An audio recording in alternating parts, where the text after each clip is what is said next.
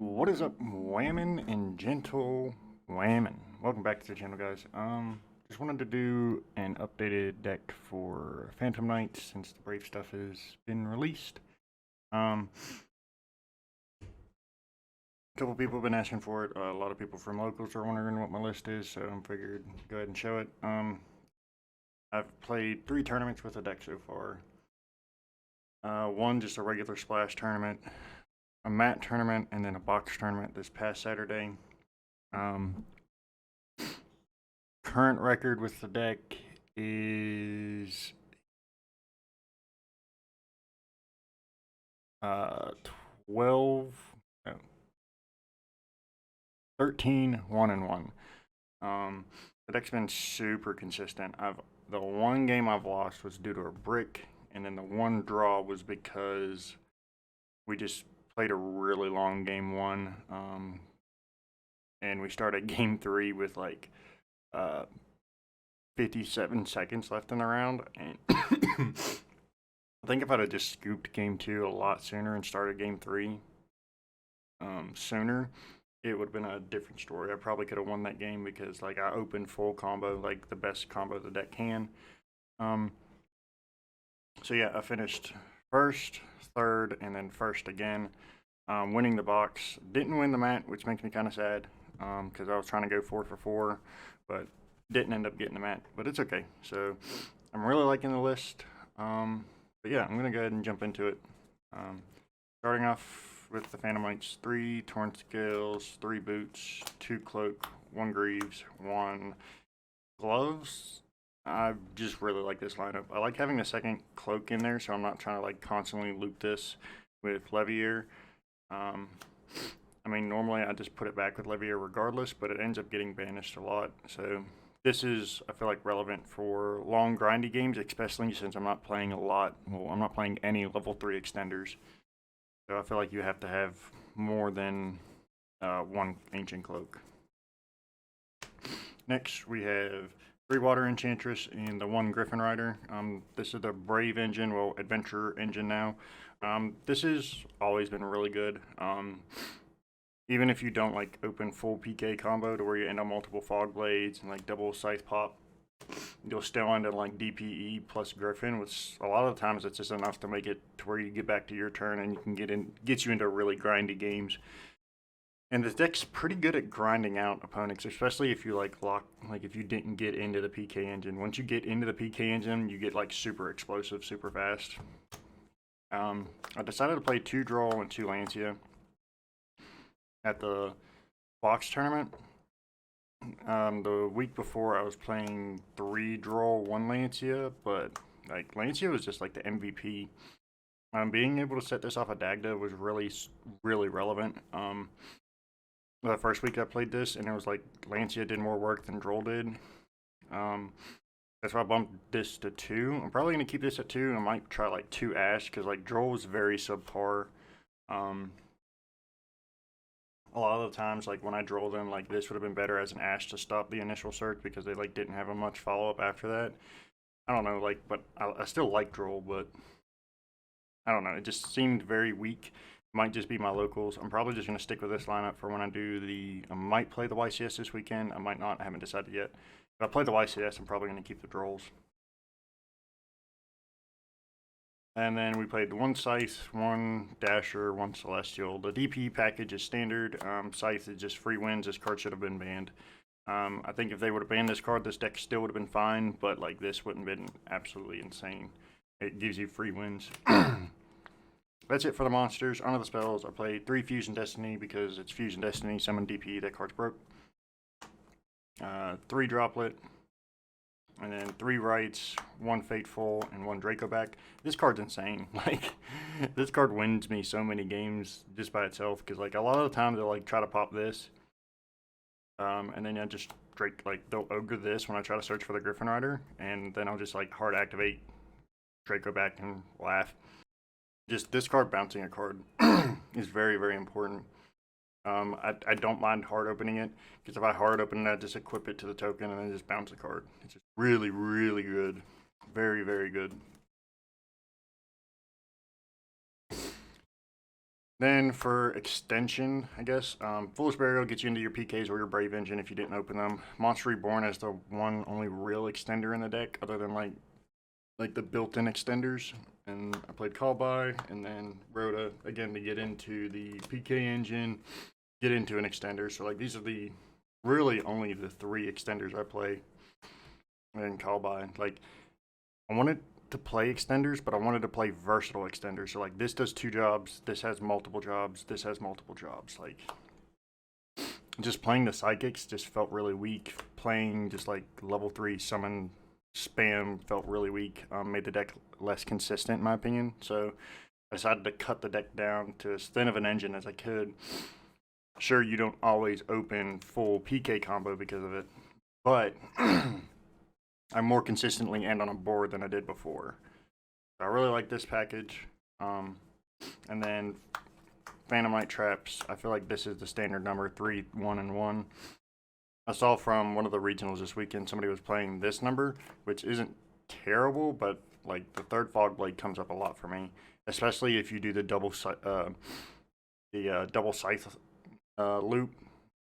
If you set that up, you have to have 3 because like you'll use at least one of them to bring back the break sword to pop the scythe, and then DP will pop, and then DP does DP stuff. But yeah, you definitely need the 3, in my opinion, just my opinion.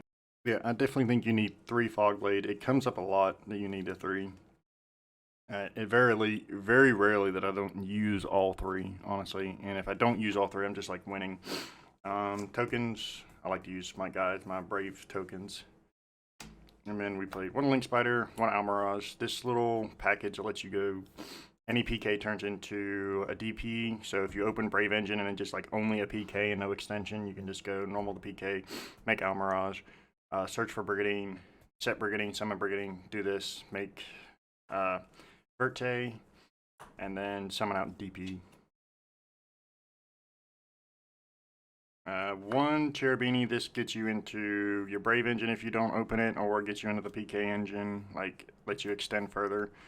This card's just good. It's not as important as it was before, but it's still nice to have. 1 Dark, the Dark Charmer. This card is absolutely insane. It probably the MVP of the box tournament and the mat tournament, because just taking your opponent's stuff and like free link climbing into like a bard or a unicorn is kind of crazy. Like this card's insane. And if it gets destroyed by your opponent's card, you get to search something. So that's like really good. But most of the time you just summon it and bring out a dude from their grave and then link climb, or if you've already baited out the DP, which the Brave Engine does in itself, it'll bait the DP out, which is how I won the finals of the box tournament. Was I was able to bait out the DPE with the Brave Engine, went into this, took the DPE, and then like cleared his board, made access code, and killed him. 1 Dagda, because Dagda summon Scythe is broken. Also summons Lancia in matchups where Scythe's not important, and it's another card you can bridge with. Brigadine, Brigadine Unicorn, because this is your bridge to access code. I don't know that like access code is mandatory, but like it's very nice to be able to just like auto kill. I don't go into it a lot. I find myself like killing without it, but there are instances where like you burn through a lot of resources and then you're just able to climb into this and just like free one-shot them. Like in the finals of the box tourney this weekend, I just like climbed into this after stealing a DP and then swung with this and a DP that was pumped by a cloak, and it's just good. I played 1 Leviair, 2 break swords as my rank 3s. I saw a lot of people cutting this down to 1. I feel like that's incorrect, because like break sword just comes up a lot. Just being able to summon a second one comes up a lot. I see the argument for 2 Leviairs and 1 break sword. That's fine, like if you play that style, but like I feel like 2 break swords is the correct line. 1 Downard, 1 Zeus. This, I haven't summoned this in a really long time, but like I don't want to cut it from the deck because there are instances where like it comes up and like what I would play in place of it doesn't seem any better than having this security blanket in the deck. We got the 1 DP because his card's broke. Anybody who thinks Goon is better than this card is bad. This card is insane, man. Gives you so much advantage. Yeah, that's the extra. We're going to jump over to the side deck.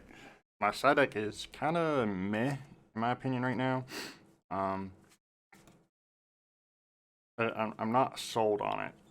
Not sold completely. I play the third and the Lancia and Droll. Lancia comes in a lot. Droll comes in occasionally. But, like, I feel like playing 3 of each of these is really important right now. I'm probably wrong, and I'm willing to be proven wrong, but I'm thinking, like, this could be Ash, like, swap 2 in the main deck for Ash. I really liked seeing the one deck that was playing Crossout at 43 cards. I'm going to, like, look into that deck more. I really liked that idea, but, like, Crossout just feels really bad this format. I don't know why. 3, Godarla.